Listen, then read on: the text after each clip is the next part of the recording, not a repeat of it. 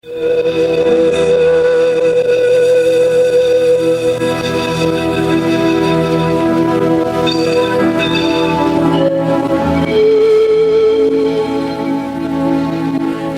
horário, a emissora da Fraternidade Rádio Rio de Janeiro oferta ao seu coração mais um programa Culto Cristão no Ar.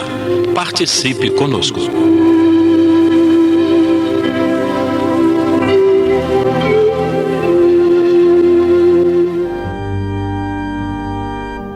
Olá, queridas irmãs, queridos irmãos, estamos aqui mais uma vez dando início ao nosso Culto Cristão no Ar, que tem por objetivo levar o Evangelho de Jesus até os lares e os corações daqueles que nos ouvem.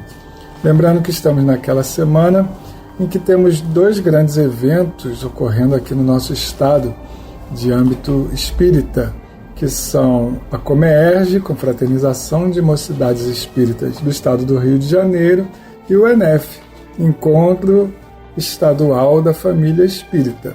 Aqueles que desejarem participar do ENEF durante o período de Carnaval, se não sabe onde tem um núcleo próximo de você, pode procurar no site do CERJ, porque tem ali a localização, os dias e horários de todos os núcleos, e eles normalmente são abertos.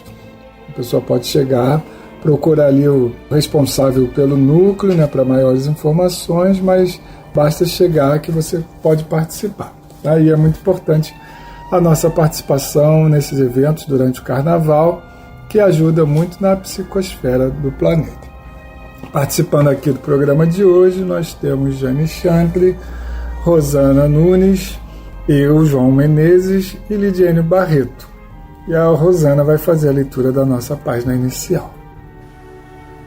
Queridos amigos, ouvintes da nossa Rádio Rio de Janeiro, no programa de hoje vamos ler a página do livro Opinião Espírita, intitulada Felizes e Infelizes.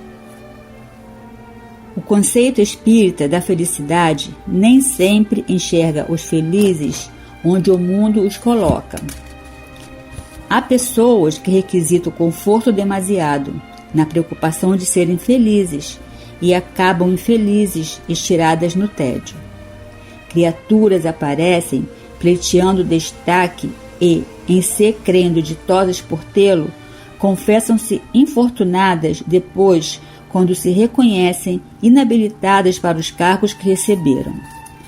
Há felizes nas mesas lautas, comprando enfermidades com os excessos, e há que se afeiçoam, e infelizes na carência material, entesourando valores imperecíveis no proveito das lições que o mundo lhes reservou. Em toda parte surpreendemos os felizes de saúde que abusam da robustez, caindo na desencarnação prematura, e os infelizes de doença que senhoreiam longa vida pelo respeito que dedicam ao corpo. Em todos os lugares, os contrastes aparentemente chocantes. Situações risonhas muitas vezes geram suplícios por vindouro, por não saber quem as possui empregar criteriosamente a felicidade que lhes foi emprestada. Aqui e além surgem sem conta os felizes infelizes dos enganos a que se arrojam e os infelizes felizes nas provações em que se elevam. Sócrates, considerado infeliz, é o pai da filosofia. Ánitos, imaginado feliz, ainda hoje no conceito do mundo, é o carrasco. Jesus, suposto infeliz, é o renovador do mundo. Barrabás, julgado feliz, até agora, na memória dos homens, é o malfeitor. Apliquemos o entendimento espírita aos acontecimentos cotidianos e verificaremos que os felizes e os infelizes não estão qualificados pela abastança ou pela indigência que entremostrem nos quadros exteriores. São e serão sempre aqueles que, em qualquer circunstância, edificam a felicidade para os outros, de vez que as leis da vida determinam seja a criatura medida pelas outras criaturas, especificando que a felicidade ou a infelicidade, articuladas por alguém nos caminhos alheios, se voltem matematicamente para quem os formou. Por Francisco Cândido Xavier e Valdo Vieira. Pelos espíritos Emmanuel e André Luiz.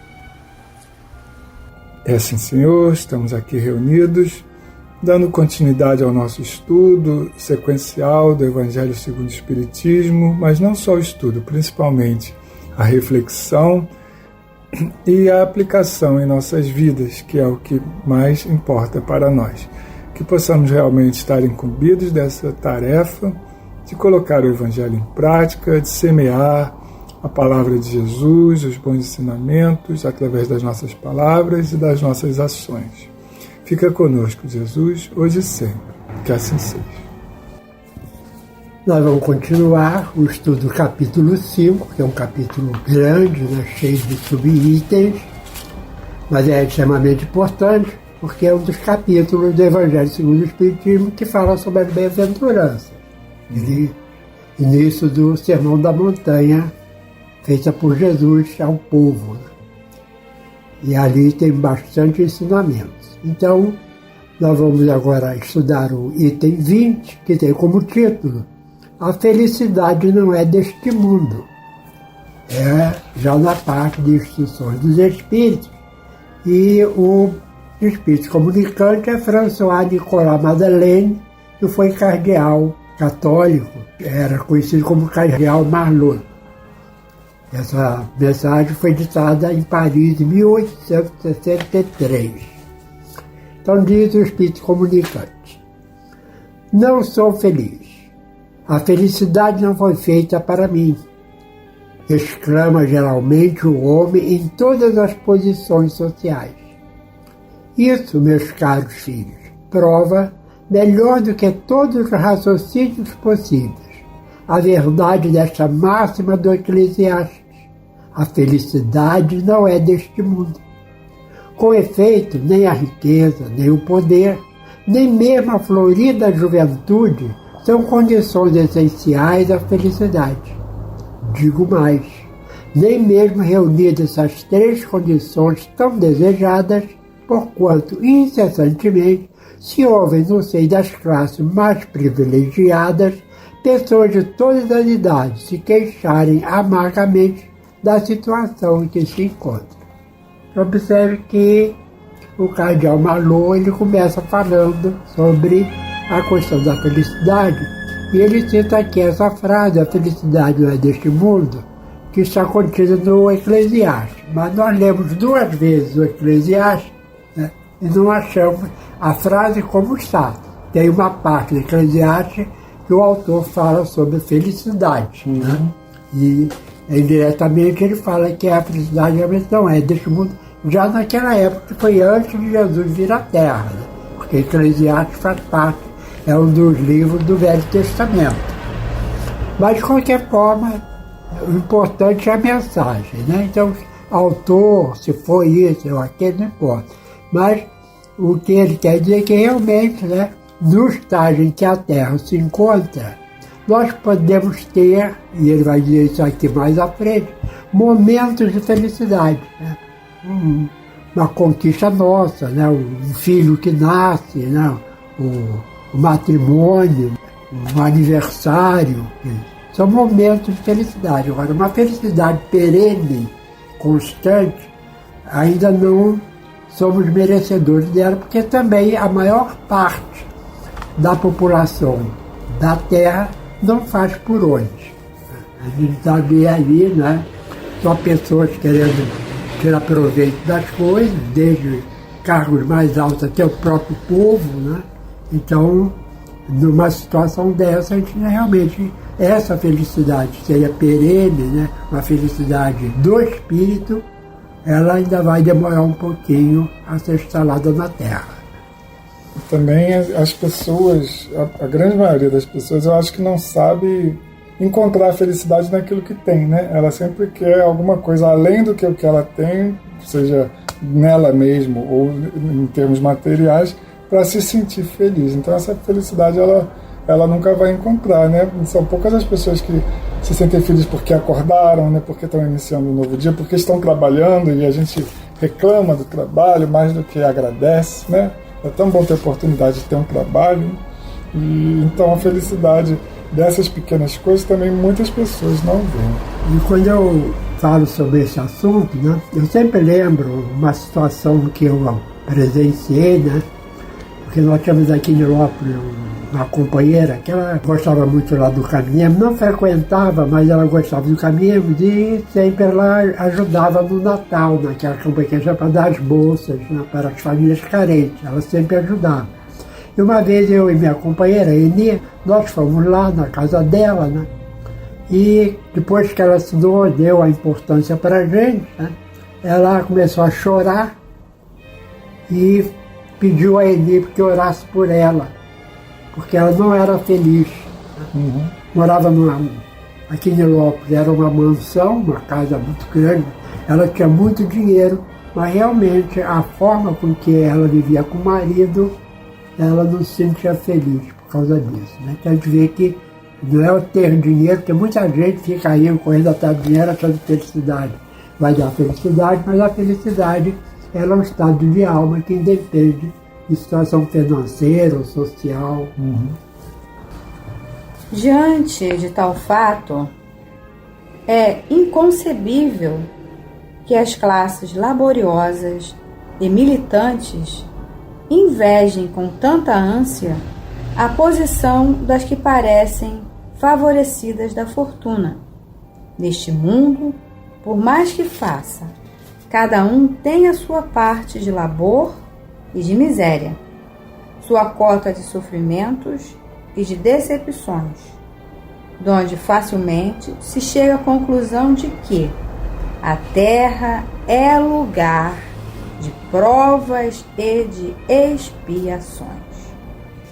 Assim, pois, os que pregam que ela é a única morada do homem e que somente nela e numa só existência é que lhe cumpre alcançar o mais alto grau das felicidades que a sua natureza comporta, iludem-se e enganam os que os escutam, visto que demonstrado está, por experiência arquissecular, que só excepcionalmente este globo apresenta as condições necessárias à completa felicidade do indivíduo.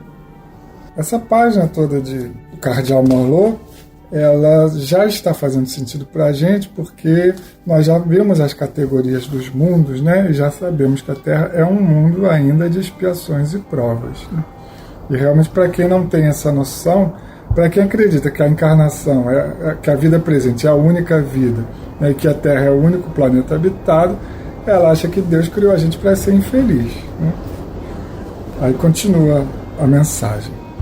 Em tese geral, pode afirmar-se que a felicidade é uma utopia, a cuja conquista as gerações se lançam sucessivamente sem jamais lograrem alcançá-la. Se o homem ajuizado é uma raridade neste mundo, o homem absolutamente feliz jamais foi encontrado. Em que consiste a felicidade na Terra é coisa tão efêmera para aquele que não tem a guiá-lo a ponderação e que, por um ano, um mês, uma semana de satisfação completa, todo o resto da existência é uma série de amarguras e decepções. E notai, meus caros filhos, que falo dos venturosos da terra, dos que são invejados pela multidão. Ele continua aqui a sua mensagem dizendo que realmente são poucos aqueles que se podem ser considerados felizes, mesmo assim, não por toda a vida, né? Por alguns momentos de vida. Então continua a mensagem. Consequentemente, se a morada terrena são peculiares as provas e a expiação, forçoso é se admita que algures moradas há mais favorecidas, onde o espírito, conquanto aprisionado ainda numa carne material, possui em toda a plenitude os gozos inerentes à vida humana. Tal a razão porque Deus semeou no vosso turbilhão esses belos planetas superiores para os quais os vossos esforços e as vossas tendências vos farão gravitar um dia, quando vos achardes suficientemente purificados e aperfeiçoados. A gente observa que essa felicidade, eu sempre até acrescento uma palavrinha nessa frase que foi dita que está lá no Eclesiastes, né? Que a felicidade ainda não é da Terra. Mas pode ser até que o próprio planeta, à medida que ele vai evoluindo, a gente não precisa ir para outro planeta. A gente pode continuar no planeta Terra e aos poucos a felicidade vai sendo mais fácil de ser entendida, né? Porque ela existe. Só que as pessoas, como o João já falou anteriormente, né? As pessoas entendem de um modo geral, e o cardeal também fala sobre isso, né? Entende que felicidade é ter saúde, é ter dinheiro, é ter uma boa família, né? É ter uma condição social, né? Mas tem outras formas da gente ser feliz. Então, à medida que a gente vai evoluindo, esses momentos de felicidade, mesmo pequenos e passageiros, vão sendo mais constantes e acaba a gente entendendo que a felicidade está ao nosso alcance. Embora ele tenha falado bastante na mensagem aqui de que a Terra é esse planeta de provas, de expiações, né? Que existem muitos mais belos, né? A Terra é muito bonita também, né?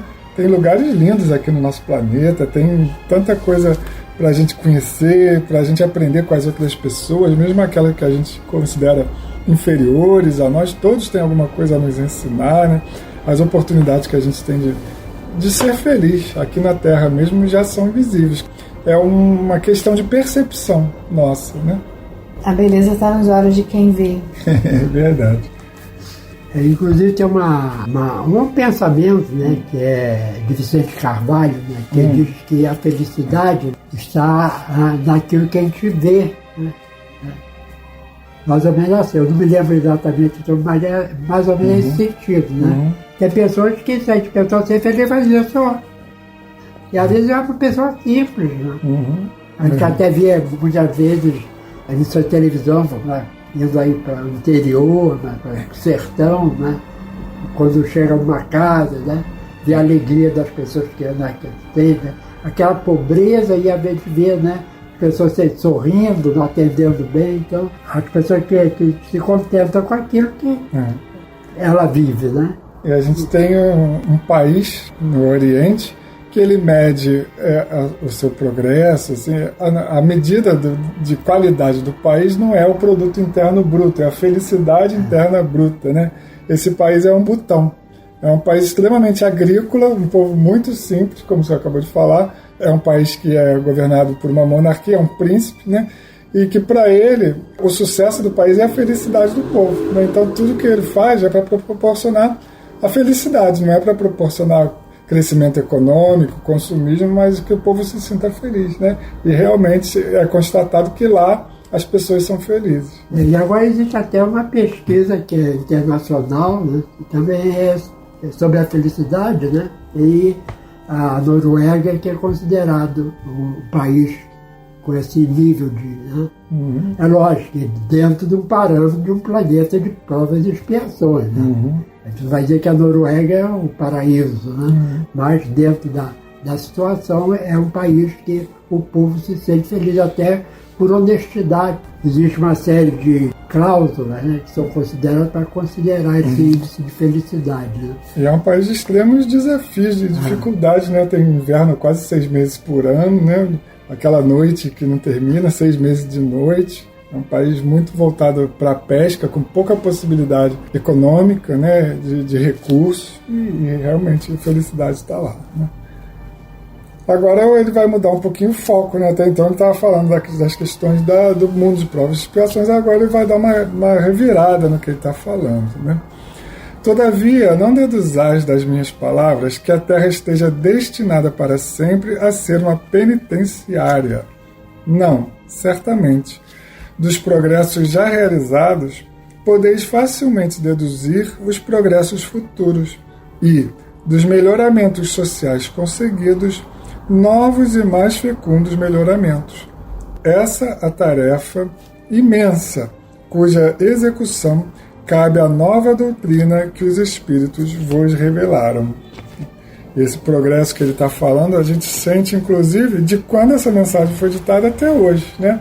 O quanto a ciência evoluiu, as questões sociais, a maioria evoluiu também, né? Nós temos bem menos países com escravidão, se é que ainda tem algum em que ela é oficializada, né?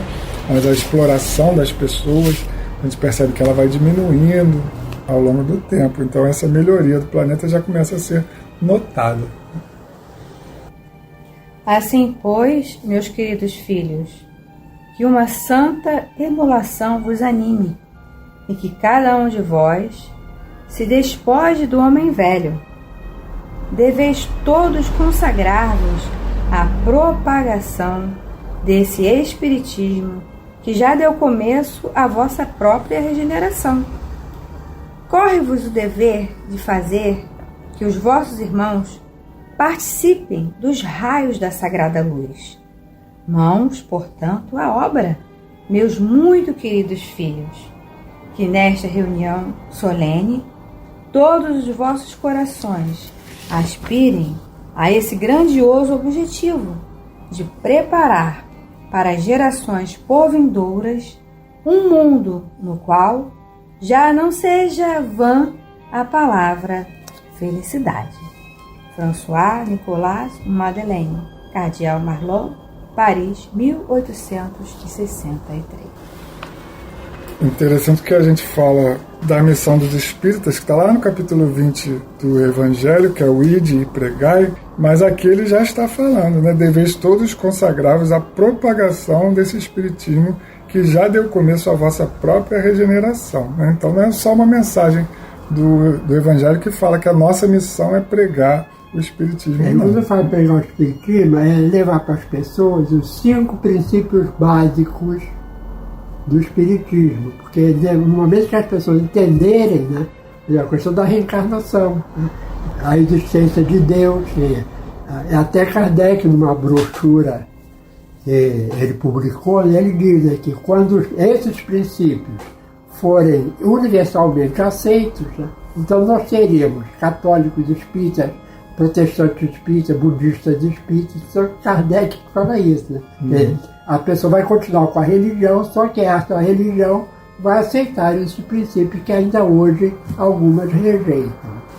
Pregar o espiritismo é muito diferente de querer converter as pessoas, né? A pessoa não precisa se tornar espírita, mas é importante que ela tenha acesso ao conhecimento que a gente tem para oferecer, né? Porque também partir dessa vida sem ter tido esse acesso por responsabilidade nossa, vai cair um pouquinho sobre as nossas costas também, não ter proporcionado a essa pessoa esse conhecimento, porque ele muitas vezes está perto da gente, né, e a gente por timidez evita de falar, né, para não criar confusão, atrito, a gente não fala que é espírita e não fala desses princípios básicos do espiritismo, né?